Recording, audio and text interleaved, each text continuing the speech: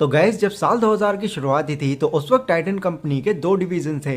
पहला था ज्वेलरी का बिजनेस और दूसरा था वॉच का बिजनेस। उस टाइम पर टाइटन कंपनी को उसके वॉच के बिजनेस में काफी प्रॉफिट हो रहा था, जिससे सभी लोगों ने पहले ही अंदाजा लगाना शुरू कर दिया कि टाइटन के वॉच के बिजनेस में फ्यूचर के अंदर मैसिव ग्रोथ देखने को मिलने वाली है। लेकिन उस वक्त राकेश झुनझुनवाला, जिनको इंडिया का वॉरेन बफेट भी कहा जाता है, उनको उस वक्त ये लग रहा था कि टाइटन का ज्वेलरी बिजनेस उसके वॉच बिजनेस से ज्यादा ग्रो करेगा। अब ऐसा वो इसलिए सोच रहे थे क्योंकि उस वक्त तनिष्क कंपनी भी काफी फास्ट ग्रो कर रही थी। इसीलिए साल 2003 में जब टाइटन कंपनी के शेयर्स 3 रुपए के बिक रहे थे तो राकेश झुनझुनवाला ने टाइटन कंपनी में बहुत बड़ी इन्वेस्टमेंट कर दी। मतलब उन्होंने अपना मैक्सिमम सेव किया हुआ पैसा उसी कंपनी में लगा दिया और उनका ये इमीडिएटली रिस्क लेना उनके बहुत काम आया, क्योंकि आने वाले सालों में उसके शेयर्स के प्राइस बढ़ते चले गए। एंड अभी अगर प्रेजेंट टाइम की बात करें तो इस वक्त टाइटन कंपनी के शेयर्स के प्राइस लगभग 2500 रुपए के आसपास हैं। मतलब 18 साल के टाइम पीरियड के अंदर राकेश झुनझुनवाला को उनके इन्वेस्टमेंट पर 8000% का ग्रोथ देखने को मिला, जो कि सच बहुत अमेजिंग था। यही रीजन है कि राकेश झुनझुनवाला के अभी भी सिर्फ टाइटन कंपनी के अंदर 8000 करोड़ से भी ज्यादा स्टॉक्स हैं। तो इसी से आप ये इमेजिन कर सकते हैं कि मिस्टर राकेश झुनझुनवाला का पूरा पोर्टफोलियो कितना बड़ा होगा। उनकी इस स्टोरी में एक डीप लेसन ये छिपा है कि एज ए इन्वेस्टर अगर हम किसी कंपनी को तब पिक करते हैं जब उसके शेयर्स के प्राइस कम होते हैं और फिर उसी स्टॉक को अपने पास हम कुछ डिकेड्स या फिर सालों के लिए होल्ड करके रखते हैं, तो ये इन्वेस्टमेंट हमको रिच बना सकती है। इस तरह के स्टॉक्स जिनकी प्राइस शुरुआत में 2 या 3 रुपए तक होती है लेकिन आगे बढ़कर इसकी प्राइस 2000 तक भी पहुंच जाती है, तो ऐसे स्टॉक्स को हम पेनी स्टॉक कहते हैं। और ये आपको हर एक कंपनी में नहीं बल्कि कुछ ही कंपनी में देखने को मिलते हैं। अब यहाँ से ये क्वेश्चन आता है कि ऐसे स्टॉक्स हम ढूंढ कैसे सकते हैं और अच्छी कंपनीज के स्टॉक्स पेनी स्टॉक्स क्यों नहीं होते। तो इस तरह के सभी क्वेश्चंस के जवाब आज मैं आपको इस वीडियो में दूंगा। तो अगर आप भी एक बिगिनर हैं और इन्वेस्टिंग की फील्ड में अपना पहला कदम बढ़ा रहे हैं तो ये वीडियो आपके लिए एक आई ओपनर हो सकती है, क्योंकि इस वीडियो में आपको पेनी स्टॉक्स के बारे में डिटेल में जानकारी मिलेगी। इसलिए बिना किसी और चीज से डिस्ट्रैक्ट हुए एक एक बात को ध्यान से समझिएगा। हो सकता है आपको यहाँ से बहुत कुछ नया सीखने को मिल जाए। So let's begin.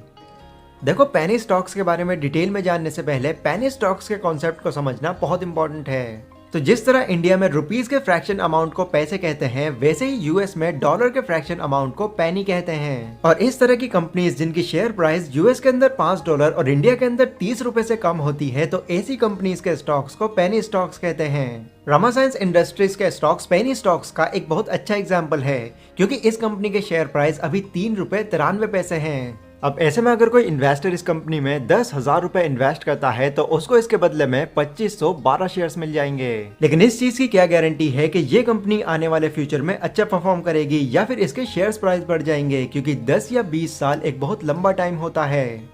इसकी कोई गारंटी नहीं है कि जिस पेनी स्टॉक में आप इन्वेस्ट करेंगे उससे फ्यूचर में आपको अच्छी रिटर्न्स मिलेंगी। लेकिन बावजूद इसके लोग पेनी स्टॉक्स में ह्यूज इन्वेस्टमेंट इसलिए करते हैं क्योंकि इस तरह की कंपनीज में इन्वेस्ट करने से उनको काफी सारे शेयर्स मिल जाते हैं। क्योंकि अगर ये लोग किसी हाई शेयर प्राइस वाली कंपनी में इन्वेस्ट करेंगे तो उस कंपनी के उनको बहुत कम शेयर्स मिलेंगे। यानी कि अगर कोई रिलायंस लिमिटेड में 10,000 रुपए इन्वेस्ट करता है तो उसे उस कंपनी के लगभग सिर्फ 4 शेयर्स ही मिलेंगे, क्योंकि इस कंपनी की शेयर प्राइस 2479 रुपए है। और इतने शेयर से तो आप वेल्दी होने के बारे में सोच भी नहीं सकते।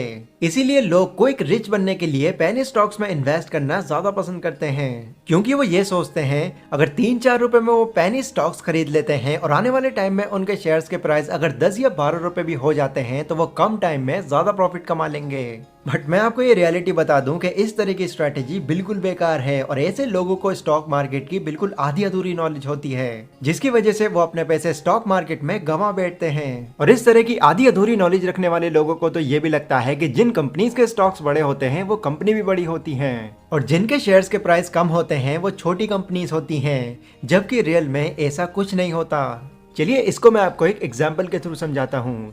आज नवंबर 2021 में आईटीसी कंपनी के शेयर्स के प्राइस 237 रुपए हैं और टायर्स बनाने वाली फेमस कंपनी एमआरएफ लिमिटेड के शेयर्स के प्राइस 19,477 रुपए हैं। तो अगर मैं आपसे ये पूछूं कि इन दोनों कंपनीज में से कौन सी कंपनी बड़ी है, तो आप ऑब्वियसली एमआरएफ लिमिटेड को ही बड़ा बताएंगे, जबकि ऐसा बिल्कुल नहीं है। एक्चुअल में आईटीसी कंपनी का मार्केट कैप एमआरएफ लिमिटेड से कहीं ज्यादा है। अब हो सकता है आपके माइंड में शायद ये आ रहा हो कि अगर आईटीसी कंपनी का मार्केट कैप ज्यादा है तो उसकी शेयर्स की प्राइस कम क्यों है। तो इसका रीजन है स्टॉक स्प्लिट। अब ये स्टॉक स्प्लिट क्या है? इसका मतलब जानने के लिए हमें ये जानना जरूरी है कि कंपनी स्टॉक्स को स्प्लिट करके अपने शेयर्स की वैल्यू कम क्यों करती हैं। तो देखिए, कंपनीज अपने स्टॉक्स को स्प्लिट इसलिए करती हैं क्योंकि अगर कंपनी के शेयर्स की वैल्यू बहुत ज्यादा बढ़ जाएगी तो ऐसे में नॉर्मल लोग ऐसी कंपनी में इन्वेस्ट ही नहीं कर पाएंगे। आप वॉरेन बफेट की कंपनी बर्कशायर हैथवे को ही देख लीजिए। इस कंपनी की शेयर्स के प्राइस $4,27,702 हैं, जो कि जनरल लोगों की इन्वेस्टमेंट की पहुंच से भी बाहर हैं। क्योंकि एक तरह से अगर देखा जाए तो नॉर्मल लोग स्टॉक्स के अंदर मैक्सिमम हजारों तक ही इन्वेस्ट कर पाते हैं। इसीलिए इस तरह की कंपनी में एक नॉर्मल इंसान का पैसे इन्वेस्ट करना लगभग नामुमकिन लगता है। बट यूएस के अंदर लोगों के पास एक बेनिफिट होता है। वहाँ के नॉर्मल लोगों को फ्रैक्शनल शेयर्स बाय करने की परमिशन होती है, जिसके अकॉर्डिंग लोग सिर्फ $1 लगाकर भी किसी भी कंपनी के शेयर्स बाय करके उसके शेयर होल्डर बन सकते हैं। लेकिन इंडिया में SEBI ने कंपनीज को फ्रैक्शनल शेयर्स सेल करने की कोई परमिशन नहीं दी। इसीलिए यहाँ कंपनीज को अपने शेयर्स नॉर्मल लोगों को सेल करने के लिए उसको स्प्लिट कराना पड़ता है। स्टॉक स्प्लिट कैसे काम करता है ये समझने के लिए आप ये इमेजिन कीजिए कि आप एक कंपनी शुरू कर रहे हैं, जिसके लिए आपको 10 लाख रुपए की जरूरत है और ये 10 लाख रुपए ही आपकी कंपनी की रियल वैल्यू है, मतलब आपकी कंपनी का मार्केट कैप है। अब इस केस में आप पैसा कलेक्ट करने के लिए अपने कंपनी के शेयर्स को बेचने की सोचते हैं। इसीलिए आप अपने टोटल कैपिटल को 100 शेयर्स में डिवाइड कर देते हैं, जिससे आपके एक शेयर की प्राइस 10,000 रुपए हो जाती है। तो अब आप थोड़ा दिमाग लगाकर ये सोचिए कि इतने हाई प्राइस में क्या लोग आपके शेयर्स को बाय करेंगे? मान लीजिए कुछ शेयर्स लोग खरीद भी लेते हैं, बट सारे शेयर्स को बेच पाना आपके लिए बहुत मुश्किल हो जाएगा। बट अगर आप अपने मार्केट कैप को 100 शेयर्स में डिवाइड करने की जगह उसको 10,000 शेयर्स में डिवाइड कर देंगे तो आपकी कंपनी के शेयर्स के प्राइस सिर्फ 100 रुपए की हो जाएगी। और फिर उसके बाद आम जनता भी फटाफट से आपकी कंपनी के शेयर्स खरीदना शुरू कर देगी, क्योंकि इतने पैसे तो कोई भी आराम से अफोर्ड कर लेगा। फिर मार्केट कैप कलेक्ट हो जाने के बाद आपकी कंपनी मार्केट के अंदर अच्छा परफॉर्म करती है, जिससे आपकी शेयर के प्राइस भी बढ़ने लगते हैं। मान लीजिए कि मार्केट के अंदर अच्छा परफॉर्म करने की वजह से आपकी कंपनी के शेयर्स के प्राइस 10 टाइम्स बढ़कर 1,000 रुपए हो जाते हैं। तो ऐसे में अब आपका मार्केट कैप भी बढ़कर 1 करोड़ का हो जाएगा, जिससे आपकी कंपनी के शेयर्स के प्राइस फिर से बढ़ जाएंगे। फिर इसके बाद आपको अपनी कंपनी के प्राइस को अफोर्डेबल बनाने के लिए इसको फिर से स्प्लिट करना होगा, जिससे आपकी कंपनी के शेयर्स के प्राइस फिर से कम हो जाएंगे। ऐसे में पहले जिन लोगों ने आपकी कंपनी के 10 शेयर्स खरीदे होंगे, तो स्टॉक स्प्लिट हो जाने के बाद उनके पास उस कंपनी के 100 शेयर्स हो जाएंगे, जिससे उनके पोर्टफोलियो में भी वो 10 नहीं बल्कि 100 ही शो करेंगे। अब कुछ लोग शायद इससे ये मान बैठे हैं कि वाह यार, इनकी तो लॉटरी लग गई, कम पैसों में इतने सारे शेयर्स मिल गए। तो उनकी जानकारी के लिए मैं बता दूं कि बोनस शेयर, स्टॉक स्प्लिट और राइट शेयर से आपके शेयर के प्राइस बढ़ते नहीं हैं, बल्कि आपके शेयर्स के प्राइस तब बढ़ते हैं जब आपकी कंपनी अच्छा परफॉर्म करती है, क्योंकि कंपनी की मार्केट वैल्यू बढ़ने पर उसके शेयर्स के प्राइस और उसका ग्राफ अपने आप ही बढ़ जाता है। अब अगर आप पहले से इन्वेस्टिंग करते होंगे तो आपको ये बात पता होगी कि जब भी कोई कंपनी अपना IPO निकालती है तो उस टाइम उस कंपनी के शेयर्स के प्राइस कभी भी 2 या 3 रुपए नहीं होते, बल्कि IPO में कंपनी के शेयर्स के प्राइस हमेशा 100 रुपए या उससे ज्यादा ही होते हैं। तो ऐसे में सोचने वाली बात अब ये है कि आखिर शेयर का प्राइस 100 रुपए से 2 रुपए या 3 रुपए कैसे हो जाता है, क्योंकि ये चीज तो सबको पता है कि स्टॉक मार्केट में ज्यादा से ज्यादा 70% की गिरावट होती है, बट पेनी स्टॉक के केस में ये फॉल 99% तक चला जाता है। तो इसका जवाब ये है कि किसी भी कंपनी का स्टॉक एक पेनी स्टॉक तब बनता है जब उस कंपनी की हालत बहुत खराब होती है, या फिर उस कंपनी में बहुत सारे केस चल रहे होते हैं, या फिर तीसरा रीजन ये भी हो सकता है कि उस कंपनी ने कोई फ्रॉड किया हो।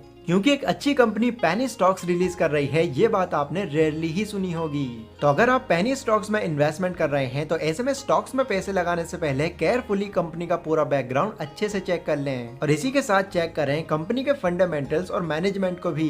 कुछ पेनी स्टॉक्स तो ऐसे भी होते हैं जिन्हें बाय करने के बाद उनको सेल करने में काफी प्रॉब्लम फेस करनी पड़ती है, क्योंकि पेनी स्टॉक्स को खरीदने वाले बहुत ही कम मिलते हैं। इसीलिए पेनी स्टॉक्स की ट्रेडिंग बहुत ध्यान से करनी पड़ती है। अब राकेश झुनझुनवाला, जिन्होंने टाइटन कंपनीज के पेनी स्टॉक्स में इन्वेस्ट किया था, उन्हें तो उनके इन्वेस्टमेंट पर काफी प्रॉफिट हुआ, बट हर किसी की उनकी ही जैसी किस्मत हो ऐसा इम्पॉसिबल है। और अब तो ये भी देखा जाता है कि पेनी स्टॉक्स देने वाली कंपनी ज्यादा अच्छा परफॉर्म नहीं करती। तो इसीलिए गाइस, ये सोचकर कि मेरे पास बहुत सारे शेयर्स हो जाएंगे, पेनी स्टॉक के चक्कर में ना पड़े। बट अगर आप इन्वेस्ट कर ही रहे हैं तो अच्छे से पूरी रिसर्च करने के बाद ही इन्वेस्ट करें। ये वीडियो आपको थोड़ी भी इन्फॉर्मेटिव लगी हो तो इसको लाइक और शेयर जरूर करें। इसी के साथ कमेंट सेक्शन में आप लोग मुझे बता सकते हैं कि नेक्स्ट वीडियो आप कौन से टॉपिक पर चाहते हैं। और अभी के लिए बस इतना ही। Stay safe, stay healthy, take care.